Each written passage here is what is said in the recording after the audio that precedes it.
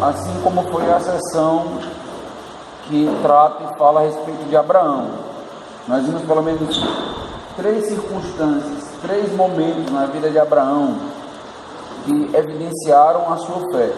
Na vida de Moisés, nós também notamos este mesmo efeito ocorrendo.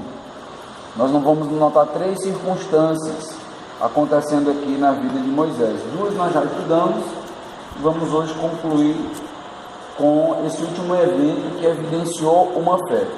Então, veja aí comigo Hebreus 11, a partir do versículo 23. Vamos ler toda a sessão e meditar aí na última situação, ou na última circunstância que evidenciou fé. Hebreus 11, 23 diz assim: pela fé, Moisés, apenas nascido, foi ocultado por seus pais durante 3 meses, porque viram que a criança era formosa. Também não ficaram amedrontados pelo decreto do rei. Pela fé, Moisés, quando já homem feito, recusou ser chamado filho da filha de Faraó, preferindo ser maltratado junto com o povo de Deus, a usufruir prazeres transitórios do pecado, porquanto considerou o opróbrio de Cristo por maiores riquezas do que os tesouros do Egito, porque contemplava o galardão. Pela fé, ele abandonou o Egito, não ficando amedrontado com a cólera do rei. Antes, permaneceu firme, como quem vê aquele que é invisível. Pela fé, celebrou a Páscoa e o derramamento do sangue, para que o exterminador não tocasse nos primogênitos dos israelitas. Pela fé, atravessaram o Mar Vermelho, como por terra seca, tentando os egípcios, foram tragados de todo. Vamos orar. Deus amado, nossa súplica, a nossa petição é que o exemplo de Moisés seja reproduzido em nossas vidas. Que possamos, assim como Moisés, entender a tua grandeza diante das situações difíceis, diante dos desafios em nossas vidas. Não possamos temer o mal, mas ter olhos que conseguem contemplar o Senhor. Nós pedimos que a tua palavra nos enriqueça, que a nossa fé, ó Deus, se fortaleça com este exemplo tão bonito, em nome de Jesus, amém. Então, meus irmãos, nós vimos aí a primeira situação na vida de Moisés, que tem como um foco as parteiras hebreias, que não temeram ao decreto de Faraó, e elas tiveram uma fé desobediente, elas foram de encontro àquela lei estabelecida. Nós vimos também que os pais de Moisés o ocultaram, o esconderam diante também do decreto de Faraó. E Deus foi benevolente com Moisés.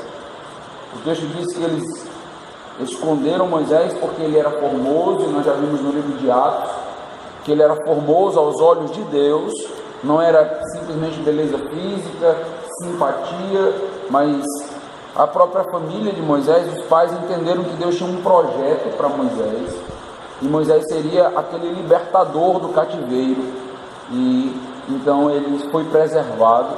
E nós vimos até uma ironia, que aquele que desejou matar Moisés, na realidade teve que cuidar de Moisés. Moisés foi morar dentro do palácio, se tornando filho da filha de Faraó.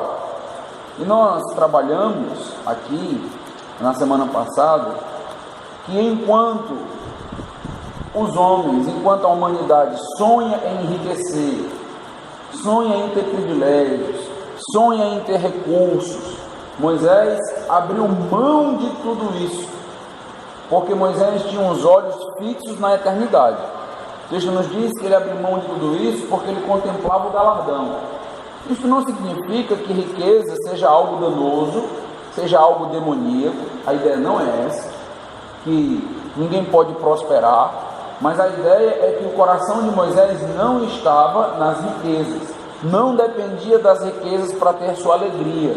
Moisés, na realidade, tinha os olhos naquilo que Deus o recompensaria por sua obra, por sua ousadia. Então é muito bonito enxergar e ver isso num personagem bíblico. Nós encerramos na semana passada perguntando: onde estão os teus olhos? Na terra, nos bens materiais, ou os teus olhos contemplam o galardão? Ou os teus olhos enxergam aquilo que te aguarda, aquilo que te espera, aquilo que Deus tem preparado para nós? Temos às vezes dificuldade de nos desvincular desse mundo.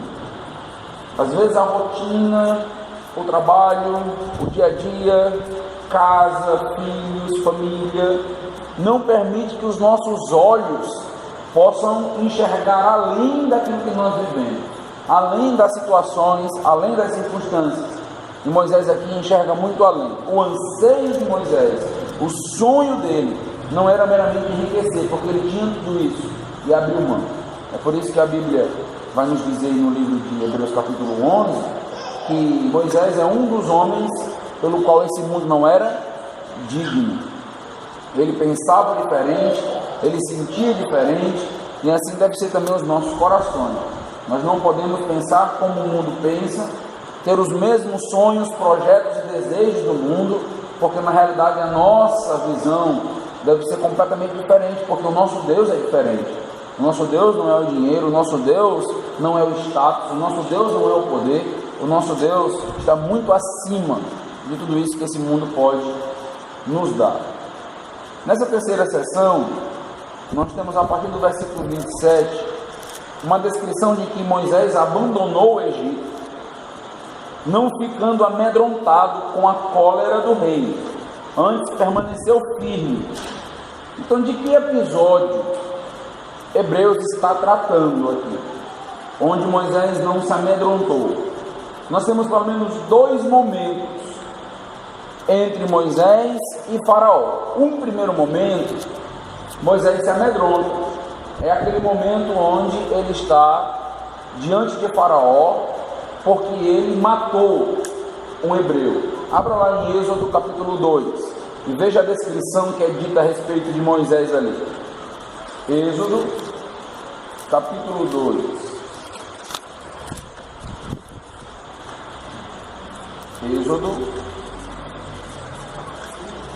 capítulo 2, a partir do versículo 11. Vamos ver a partir do 11 aí, para termos aí todo o contexto. Hebreus capítulo 2, a partir do versículo 11. Naqueles dias, sendo Moisés já homem, saiu a seus irmãos e viu os seus labores penosos, e viu que certo egípcio espancava um hebreu, um do seu povo. Interessante isso. Moisés foi criado como um egípcio, mas Moisés não se via como um egípcio. O texto diz que ele saiu e viu um de seus irmãos espancando um povo hebreu. Então Moisés manteve a sua visão de que ele fazia parte deste povo. No versículo 12: olhou de um e de outro lado, e vendo que não havia ali ninguém, matou o egípcio e o escondeu na areia. Saiu no dia seguinte, e eis que dois hebreus estavam brigando, e disse ao culpado: por que espancas o teu próximo? O qual respondeu: quem te pôs por príncipe e juiz sobre nós? Pensas matar-me como mataste o egípcio? Temeu, pois, Moisés e disse: com certeza o descobriram. Informado desse caso, procurou Faraó matar Moisés. Porém, Moisés fugiu da presença de Faraó e se deteve na terra de Midian. e assentou-se junto a um poço. Então, nessa história que nós temos aqui contada, Moisés mata um hebreu e Moisés teme que aquilo tenha sido descoberto. Moisés achava que tinha cometido um pecado perfeito, né? Ele comete o assassinato e ele mesmo enterra, ele mesmo esconde, mas na realidade foi descoberto. Provavelmente foi descoberto pelo próprio egípcio que foi beneficiado, ou o hebreu que foi beneficiado, porque é dito no texto que Moisés olhou para um lado, olhou para o outro e ninguém sabia, mas aquele que foi beneficiado, ou aquele que foi livrado da mão ali do egípcio, provavelmente entrou em uma outra contenda no outro dia. Nós estamos falando de quase alguém que gosta de brigar, né? Estava com um egípcio no outro dia e novamente brigando com seu irmão no outro dia. E ali ele levanta essa questão: quem colocou você como um juiz? Você vai me matar também, como matou o egípcio, como matou o hebreu no dia anterior? Então, o texto diz que Moisés teme que a sua trama tenha sido descoberta. Faraó deseja matar. E qual a postura de Moisés? Moisés então vai fugir para o Egito. Nós conhecemos toda a história. Ele foge para o Egito, e aí ele vai passar um tempo no Egito. Ele vai casar no Egito, no deserto. Ele foge do Egito para o deserto. Ele vai casar lá, e depois Deus o chama numa sarça ardente. Nós conhecemos toda a história, para que ele volte ao Egito e agora liberte o povo que está lá.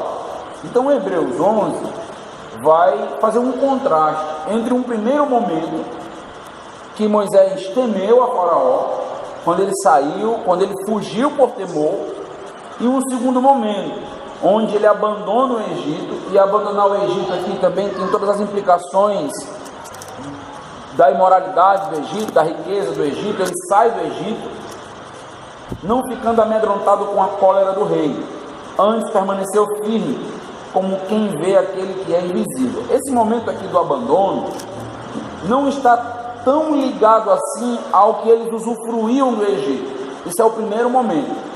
Esse momento aqui está mais ligado com a ideia da libertação do povo. Então ele chega lá, e nós conhecemos as 10 pragas do Egito que vão acontecendo. E Moisés, então, após a 10ª praga, ele sai do Egito, mas ele entende que Deus endureceria o coração de Faraó. Isso já tinha sido dito em Êxodo capítulo 7, antes das pragas.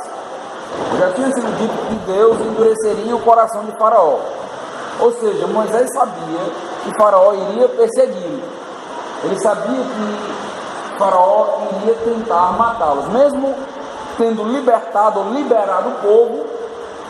Com pouco tempo, Faraó então decide ir atrás do povo para tentar trazê-los novamente cativos para o Egito. Eles eram importantes para o Egito, eles eram uma mão de obra escrava, e com o Egito perdendo essa mão de obra, o Egito ia perder muito da sua força, do seu poder.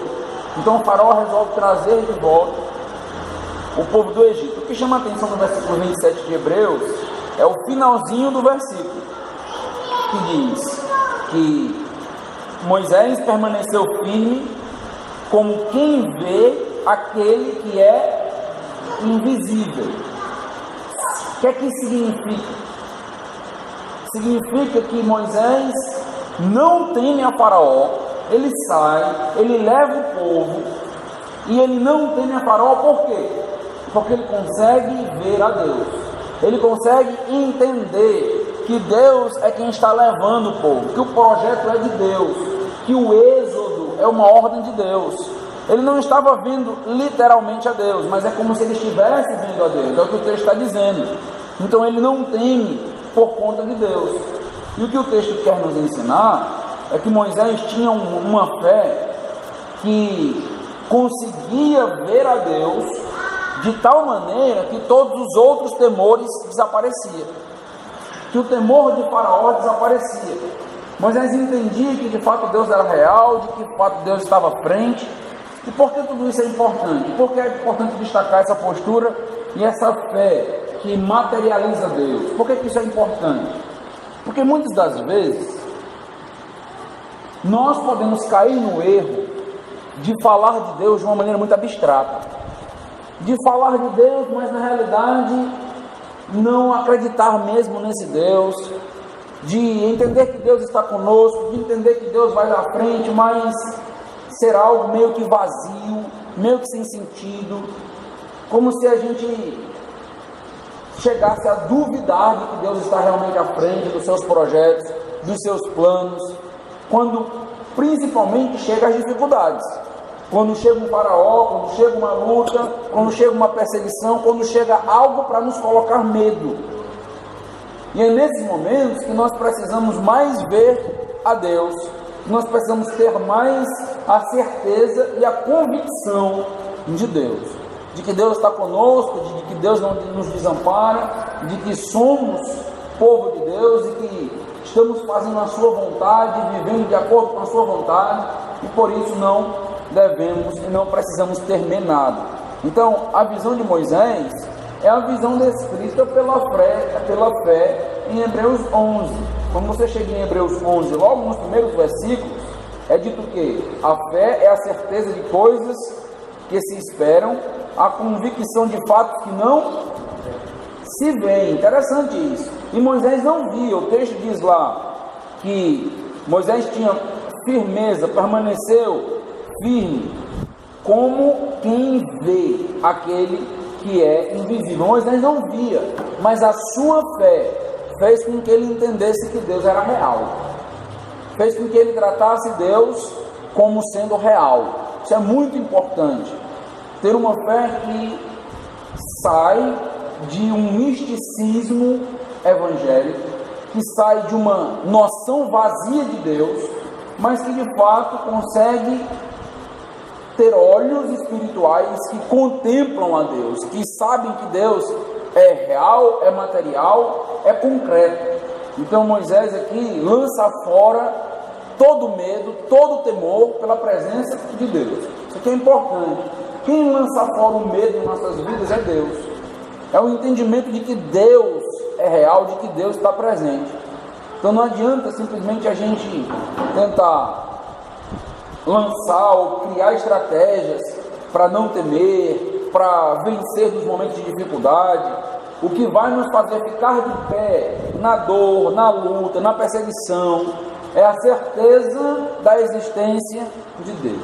É isso, meus irmãos, que nos faz vencer nos momentos difíceis. O texto continua no versículo 18 nos dizendo: pela fé celebrou a Páscoa e o derramamento do sangue, para que o exterminador não tocasse nos primogênitos dos israelitas. Nós estamos falando aqui da 10ª praga, a comemoração da Páscoa, onde o anjo iria passar, e o que ele iria fazer? Ia matar todos os primogênitos que estivessem ali. E é dito que tinha uma maneira de livrar os primogênitos do povo de Israel. Nós conhecemos bem essa história. Todas as vezes, quando nós chegamos na Páscoa, nós repontamos tudo isso. Então, eles mataram um cordeiro, colocaram o sangue nos umbrais da porta, e quando o anjo passou, ele viu o sangue então protegia aqueles que estavam dentro da casa. Mais uma vez, a figura do sangue que cobre pecados, o sangue que está sobre os pecadores. Então não era mérito do povo de Israel, era mérito no sangue do cordeiro. E não era simplesmente mérito no sangue de um animal qualquer. Era um cordeiro, porque aquele cordeiro apontava para o cordeiro que tira o pecado do mundo, apontava para Cristo. Então nós já temos ali um pré-evangelho, as boas novas já sendo anunciadas, apontando para Cristo. A Páscoa é justamente um apontamento para o livramento do juízo. Livramento esse que acontecerá mediante o sangue de Jesus Cristo. Por isso que quando nós chegamos em Apocalipse capítulo 5, é dito que o cordeiro foi morto e ele está sendo adorado porque ele é digno. e ele é digno justamente porque ele morreu por nós. Então, o Cordeiro que nos livrou do juízo, assim como livrou o povo de Israel. A pergunta é: fé? Por que o texto aqui fala de fé? Porque eles tinham que acreditar que aquele sangue nos umbrais da porta livrariam eles. Eles tinham que acreditar nisso. Então Moisés dá para eles o direcionamento, dá para eles a norma, revela para eles a vontade de Deus. Mas eles precisavam acreditar. Eles tinham que sacrificar um animal, estar preparados para fugir e colocar nos umbrais da porta o sangue. Se algum israelita com o coração endurecido, assim como o faraó e os egípcios, não colocassem sangue nos umbrais da porta, o que aconteceria? Eles morreriam, o primogênito morreria. Então precisava de fé para isso. Assim, meus irmãos, como nós vivemos pela fé no sangue de Jesus, nós entendemos que nós não seremos condenados. Estão lembrados das mensagens de Apocalipse? Que nós temos 7 selos, 7 trombetas, 7 cálices e uma descrição terrível do juízo. E nós acreditamos que nós não vamos ser condenados. Por quê? Por causa do sangue de Cristo. Isso exige de nós o quê? Fé. Este é o exemplo que está sendo dito aqui. A fé que acredita na libertação, a fé que acredita na salvação, a fé que acredita no sangue que liberta, num sangue que liberta de uma condenação, da morte. Mas a morte que nós estamos sujeitos não é mais a morte física como eles estariam ali, mas a morte eterna, a segunda morte. É disso que nós somos livrados. Então nós precisamos ter fé diariamente para acreditar que esse sacrifício nos liberta. Uma pessoa vai para o inferno por quê? Porque ela não acredita no sacrifício de Jesus. Ela não acredita que é o sacrifício de Jesus que liberta, que é o sangue dele que cobre o pecado. Então, quando alguém busca de uma outra maneira ser salvo, ser liberto, quando alguém busca de uma outra maneira não passar pelo juízo, salvar seus primogênitos, será destruído. Porque de fato a salvação acontece por esse sangue. Então nós temos aqui um exemplo, e é dito no texto aqui que pela fé a Páscoa foi celebrada. Eles celebraram, eles se alegraram com aquilo. Ali é a primeira Páscoa, é o primeiro momento de celebração, a primeira festa que acontece ali por conta desta salvação do povo de Israel. Então é um momento celebrativo, é um momento de gozo, de alegria. Você imagina por um momento quando o anjo começou a passar pelo Egito e as mortes começaram a acontecer. Você imagina o que o povo de Israel ouvia? Você imagina, depois que o anjo passou, pouco tempo depois, onde o Egito todo agora está em luto, morte, desespero. Vocês conseguem imaginar o que aquele povo que colocou o sangue na porta estava passando, entendendo? Conseguem imaginar a gratidão? Em toda aquela região só tinha um povo que não estava de luto. Não tinha tido uma morte em Israel, no povo de Israel. Mas no Egito, praticamente todas as famílias tinham luto. E eles se alegram por esse livramento. E eles entendem a bondade de Deus, a grandeza de Deus, a misericórdia de Deus sobre a vida deles, naquele ponto ali. O texto continua e vai falar para a gente agora do versículo 29. Pela fé, atravessaram o Mar Vermelho, como por terra seca, tentando os egípcios, foram tragados de todo. E aqui você tem agora um momento pós-Páscoa. Nós temos agora um momento onde os israelitas saem do Egito e saem até apressadamente. É dito que Deus despojou o povo. O que é isso? Eles entregaram os bens, lembra lá da história? Eles entregaram o ouro, entregaram os bens para que o povo de Israel saísse o mais rápido possível de lá. Então ali estava evidenciada a vitória do povo de Deus sobre o Egito, porque essa linguagem do despojo só acontece quando há um vitorioso na guerra. Então, quando se vencia um outro império, quando se vencia um outro exército, o vencedor tinha direito sobre os despojos. E a ideia ali é que Deus despojou o povo. O próprio Deus fez com que o povo desse todo o dinheiro, todo o tesouro para Israel. Ali é uma vitória que Deus deu ao povo. Ali a linguagem é uma linguagem de guerra. É o Senhor dos exércitos vencendo sobre todo o Egito, que nós já vimos que é um apontamento para o que vai acontecer no Apocalipse. Mas o que eu quero chamar a atenção aqui dos amados irmãos é sobre a questão da travessia do Mar Vermelho. É dito, pela fé atravessaram o Mar Vermelho. Se você lembra do que acontece na descrição de Êxodo, a partir do capítulo 14, é dito que eles chegaram perante o mar, e atrás deles, eles veem agora quem? Faraó e um exército.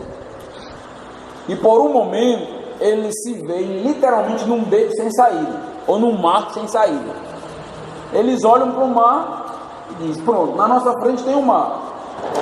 É impossível entrar no mar, nós vamos nos afogar, vamos morrer afogados aqui dentro. Com crianças, muita gente, nós estamos falando aqui de milhares e milhares de pessoas.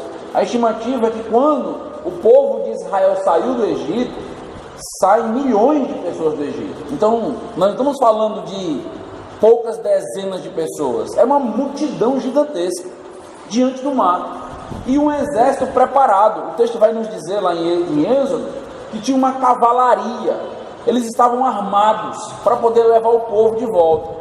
Então é aquela figura, né? Para onde correr agora, né?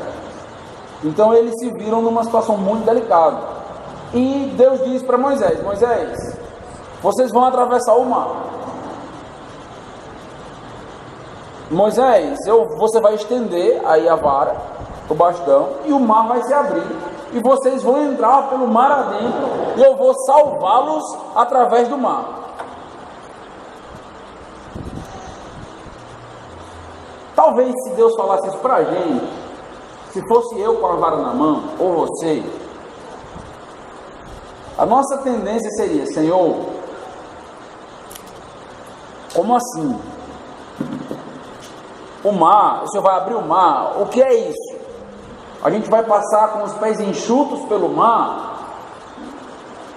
Senhor, isso é antinatural, isso é sobrenatural, isso não faz sentido nenhum para as nossas mentes terrenas e limitadas. O que o Senhor está propondo que a gente faça é algo sem precedentes, não existe isso. É por isso que precisava de fé. É por isso que precisava de fé naquilo que Deus disse que faria. Lembra que é uma fé objetiva, é uma fé na promessa de Deus, não é uma fé qualquer, não é uma fé enlouquecida. Eu não vou chegar no mar hoje com um pedaço de pau e vou dizer: ó, Deus vai abrir o mar porque eu acredito. Não, Deus prometeu para Moisés que ia fazer aquilo. Então tem uma promessa, tem uma verdade revelada naquilo. Deus certamente não está prometendo para mim e para você que se a gente chegar com uma vara no mar, Ele vai abrir. Então, não faz sentido reproduzir estes milagres quando Deus não prometeu que faria. Então, é o que acontece aí em muitas igrejas que estão tentando reproduzir o milagre do Mar Vermelho, que estão tentando reproduzir todos esses milagres aí, quando na realidade Deus não prometeu em nenhum momento que haveria uma recapitulação dos milagres, que Ele faria isso novamente. Foi algo que aconteceu histórico uma vez por todas, com Moisés, mas precisou ter fé. E o povo é dito que passou o mar com os pés enxutos. E o que aconteceu com a cavalaria que entrou também? Eles foram até o meio do mar, é descrito lá em Êxodo, e então é dito para Moisés que ele estenda novamente a vara, e as águas vêm sobre eles, e ali é juízo, meus irmãos. Então é juízo de Deus sobre Faraó, é juízo de Deus sobre o exército. Então não bastou todo o juízo que já tinha tido, mas agora vem um juízo ainda maior sobre o próprio Faraó, sobre o próprio exército. E quando você lê Êxodo 13, é dito que aquilo aconteceu para que os egípcios temessem aquilo que aconteceu. Então, o que nós vemos aqui na vida de Moisés são obras grandiosas, miraculosas, que foram experimentadas pela fé. Fé naquilo que Deus disse, fé na promessa de Deus. Eu não quero dizer para você, como muitos estão dizendo de maneira irresponsável, que se a gente tiver fé, a gente vai fazer tudo e qualquer coisa. Não é essa a ideia. Mas a ideia é: sigam os mesmos passos de Moisés. E quais foram os passos de Moisés? Acreditar nas promessas de Deus. Todas as vezes que nós acreditarmos na promessa de Deus, que tivermos fé nas promessas de Deus, nós não seremos frustrados. É isso que o texto está ensinando. Mesmo que às vezes pareça ser difícil de acreditar, mesmo que às vezes pareça que seja algo sobrenatural, seja algo que ultrapasse as nossas mentes, ultrapasse até mesmo a nossa razão, mas o exemplo desses homens de fé nos faz olhar para as promessas de Deus e não duvidar de nenhuma delas.